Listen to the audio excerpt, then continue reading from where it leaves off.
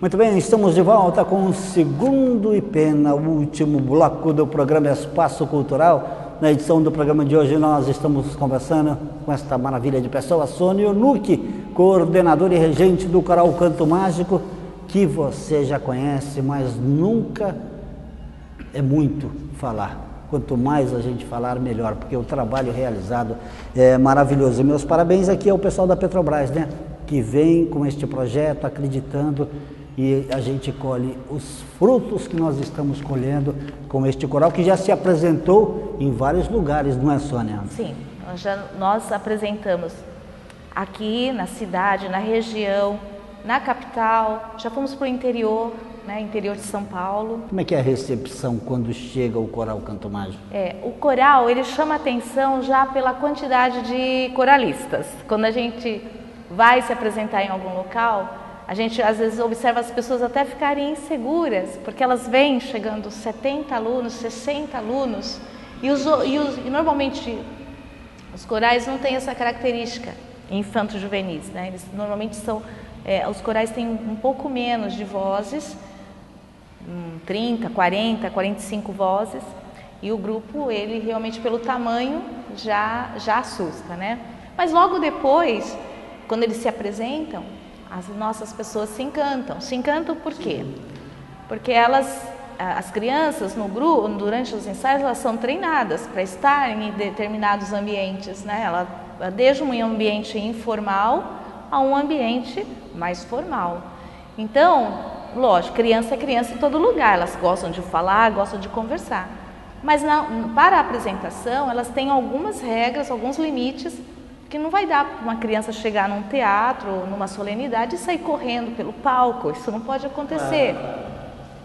Então elas se organizam rapidamente, elas se posicionam no palco, cantam, e as pessoas ficam assim, encantadas pelo resultado, por ver aquele grande quantidade de crianças, mas todas muito organizadas. Todo mundo aqui conhece o Coral Canto Mágico, mas você vê como é que é interessante. Até os nossos cinegrafistas, a nossa produção, o Everton já tinha feito uma pergunta para que eu perguntasse para você antes de começar o programa. E agora o Michael, por trás da câmera, fez uma pergunta para que eu não esquecesse de perguntar para você com relação à idade, né, Michael? Qual a idade que se inicia, até que idade que pode? Eu já não posso mais, né? Já não posso mais, né? Para ingresso no grupo, entre 6 e 13 anos. Então eu já pego aí crianças e pré-adolescentes, né? Para ficar no grupo, aí vai até os 17, 18 anos. E como é que é feito isso, Sônia? Eles procuram você, é uma inscrição, é uma ficha? Tem as duas coisas. Responsáveis, né? Tem uma abertura de inscrições que ocorre entre dezembro e janeiro. As pessoas entram no blog, se inscrevem, né, no blog do Coral Canto Mágico. Aí em fevereiro eu convido todo mundo que se inscreveu para eu escutar as vozes, ver como é que elas estão, passar as primeiras dicas e faço uma classificação vocal delas, mas não há reprovação. Hoje não existe mais reprovação. O que existe... Isso se torna até um incentivo, Sônia? Como é que funciona? Olha, ao longo do tempo, eu achei que era injusto você falar em reprovação com crianças. Criança, ela aprende, né? Então você vai dizer para uma criança, você foi reprovado na prova de canto, né? Quando eu sei que ela pode se desenvolver. Eu não dei essa oportunidade para ela, né? Então, o que limita a entrada da criança? É a vaga. Então, se eu tenho 75 crianças, eu tenho 20 vagas, eu tenho 30 interessados, eu vou puxar no primeiro momento os 20 que eu preciso. Os 10, eles vão ficar, a gente chama de uma lista de espera. Eles não estão reprovados. Por quê? Porque durante o ano, alguns acidentes ocorrem. Criança que muda de cidade, algumas precisam se afastar do grupo, pais que se mudam para locais mais distantes. Então ela sai e essas crianças vêm. Nos últimos anos, nós nunca deixamos de chamar a lista inteira. Nós chamamos a lista inteira.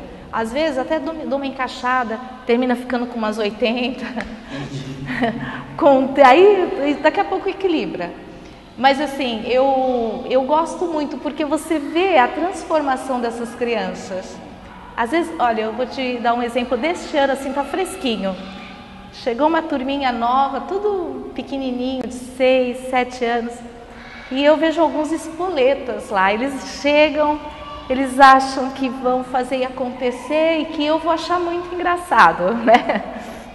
Mas com o tempo você vai trabalhando essa criança, vai cantando, vai mostrando para ela, peraí, tem que respeitar o seu colega, espera a sua vez. E ela vai entendendo isso no grupo, né? E olha, nós estamos há 3, 4 meses já de atividades e essa criança hoje ela vamos olhar assim, se você não vai perceber que ela era tão espoleta quanto Sônia, quem é seu amigo, a gente quase não se vê, né? Mas, gente, a Sônia é um amor de pessoa, é uma moça assim, de um carisma, né? De uma educação, fala baixo, super educada, mas você é brava na hora que tem que ser? Não, eu sou brava na hora que tem que ser. Mas assim, não é uma... É uma disciplina, o que nós comentávamos aqui, né, Sônia? Antes, no intervalo. Exatamente. Não é a coisa de ser brava por ser. Ou ser brava sem um objetivo. Porque assim, o que eu falo para as crianças, eu acredito muito nelas, né? E eu tenho uma confiança imensa nelas, eu falo isso sempre para elas. Então, eu acredito nelas, acredito que elas vão muito além daquilo que elas, às vezes, aparentam entender. Então, quando eu estou trabalhando com eles, eu gosto muito que eles tenham um foco no trabalho, que é o meu foco e o foco deles e da equipe toda que está trabalhando. Então, vamos dizer assim, eu organizo de forma que todos estejam centrados na mesma questão. Então, eu não tenho aqui 60 crianças cantando atentas e 10 lá atrás batendo papo, olhando o celular, o WhatsApp, não vai ter. Porque nós todos temos que ter o mesmo foco. E o que é bem interessante, apesar do meu jeito de estar trazendo essa atenção, de exigir deles uma certa disciplina, eu vejo que eles gostam muito. Por quê? Porque existe... atrás de tudo esse trabalho, um grande carinho e amor que eu abraço, né? E eu passo isso para eles, a intensidade desse trabalho. E eles entendem. Então eu vejo às vezes adolescentes chegando na adolescência dentro do grupo, e olha que adolescente tem seu lado rebelde. Eles não em momento algum você os vê afrontando, falando, essa professora não tem nada a ver, porque eles já entenderam. E outra questão também, quando chega lá na idade que eles têm que sair, já saem chorando. Já teve crianças, isso, jovens, né? Mas você também, apesar de... Quantas crianças assistidas depois de 21 anos? Mais de 1000? Mais de 1000. Mais de 1000. Você também já deve sentir, né? Apesar de ter trabalhado com tantas crianças, uma que ficou 4, outra que ficou 5, tem um apego com todas elas. Sim. Vai embora, vem um novo projeto, vem um novo desafio para você, mas sente também, né? Sim, você, sim, com certeza. Não só eles, mas você sente também, né? Uma coisa que eu fiquei muito assim, eles saem chorando e a gente também sente, né? Principalmente aqueles que ficam anos. Tive jovens que ficaram o quê? 12, 13 anos dentro do grupo. E na hora de ir embora, professora, a coordenadora, a regente, a maestrina Sônia Unucchi, tem umas lágrimas também. A gente fica lá, né? Tem que ter, né? Não escapa. Mas assim, uma coisa bem interessante que nos últimos anos, porque olha, o coral está há 21 anos, então eu já tenho frutos dos primeiros alunos. Então hoje eu tenho ex-aluno trazendo os filhos para cantar no coral. É muito engraçado, né? Ninguém percebeu que passou. Eu só fui perceber que passou tanto tempo quando eu vi a ex-aluna entrando com uma criança e ela, professora, lembra? Ai, nossa, que saudade! E eu trouxe a minha filha para cantar. Nossa, isso aí me emocionou isso. Ô Sônia, eu acho que isso não tem preço que pague, né? Não tem. E assim, é uma coisa que foi bem tocante para mim que eu fiquei pensativa aquele dia. Eu falei, meu Deus, que trabalho é esse, né? Que de repente eu estou vendo meus ex-alunos trazendo os filhos. Nunca imaginei isso. Só que você, apenas uma opinião, você não tem que pensar assim, ó, o tempo passou. Não é que o tempo passou, é que o trabalho foi maravilhoso e deu frutos. É melhor assim, é melhor assim. Agora, Sônia, me tira uma dúvida, nós conversávamos aqui um pouquinho antes de terminar o primeiro bloco, e eu fiz uma pergunta para você, nem sei se deveria fazer, porque eu não entendo absolutamente nada, mas você tocou nesse assunto. Como é que esse negócio de abrir a boca, o treinamento com a garganta, é a voz, é a língua, é a boca, como é que funciona isso? Tá. Bom, no coral a gente tem alguns momentos de trabalho, porque a gente quando pensa em coral, reúne a criançada e faz cantar o repertório, e não é assim. Então nós temos um primeiro momento, as crianças têm que passar pelo processo de aquecimento vocal. Como, repetindo aquele exemplo anterior, como jogar futebol. O jogador não vai direto para o campo, ele tem que se aquecer. Então, vamos dizer que nós somos um atleta da voz, temos que nos aquecer. Então, as crianças aquecem cantando a escalinha musical. Aí a gente tem vários recursos, tem frases, tem brincadeiras, tem algumas coisas para não tornar aquilo muito maçante para elas. Aí elas vão cantando, aprendem como é que se posiciona a boca, porque tudo tem uma técnica. Então, uma coisa é eu cantar aqui para vocês como se eu estivesse falando, e outra coisa é colocar a voz no lugar certo para ela cantar, para se cantar. Aí é outro som. Então ela vai ter que trabalhar, que esse trabalho vem desde a garganta, passa pela boca, né? Cada fonema tem um lugar, então ela vai aprender isso. Ela aprende ali no aquecimento vocal e depois ela aplica esse aprendizado no repertório, entendeu? E recentemente, encontro de corais, como é que foi isso? Nós fizemos, aliás, o Coral Canto Mágico fez vários encontros, vários.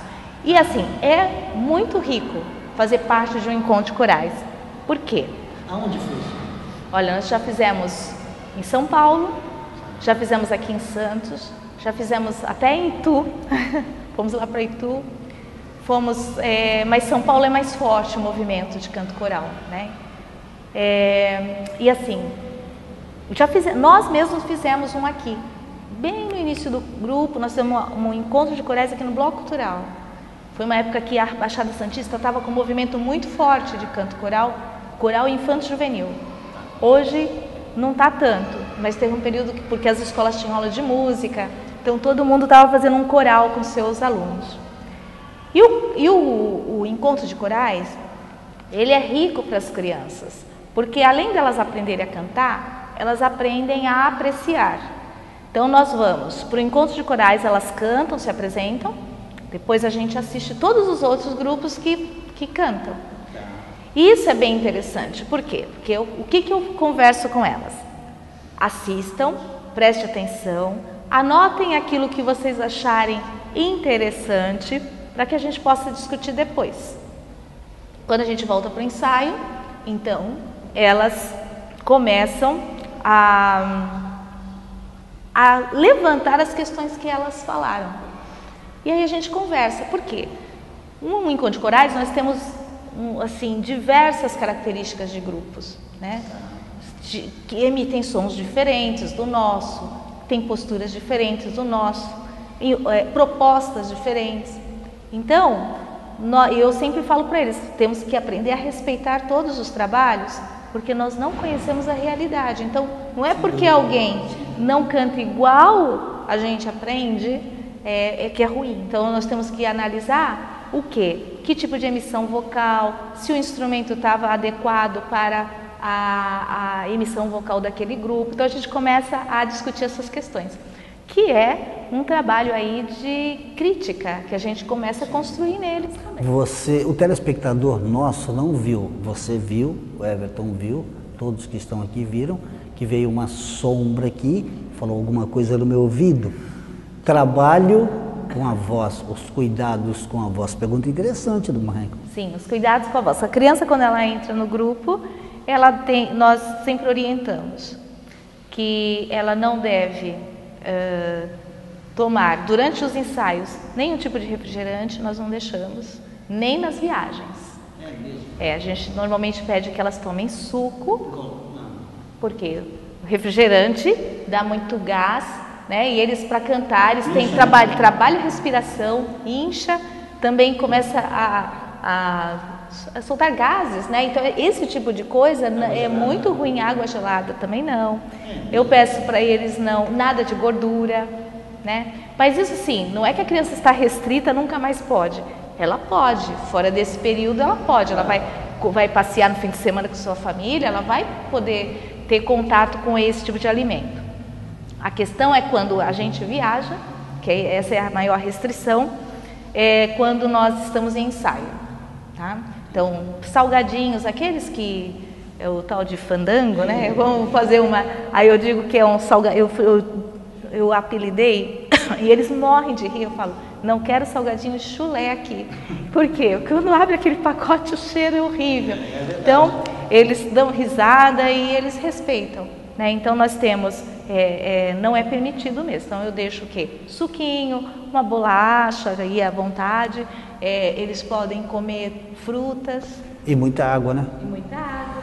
Sônia, precisaria de mais uma hora de programa. Parece que não, mas já faz mais de meia hora que nós estamos conversando.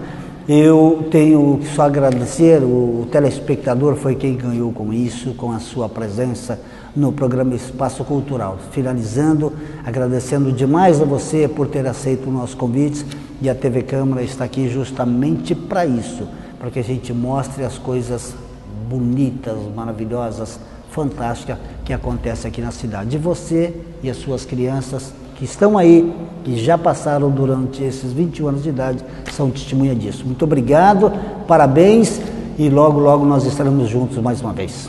Parabéns, viu, Sônia? Obrigada. Até a próxima. Ponto final. Em mais uma edição do programa Espaço Cultural. No programa de hoje nós conversamos com a Sônia Onucchi, coordenadora e regente do Coral Canto Mágico. A todos que nos acompanharam, os nossos agradecimentos e até o nosso próximo encontro.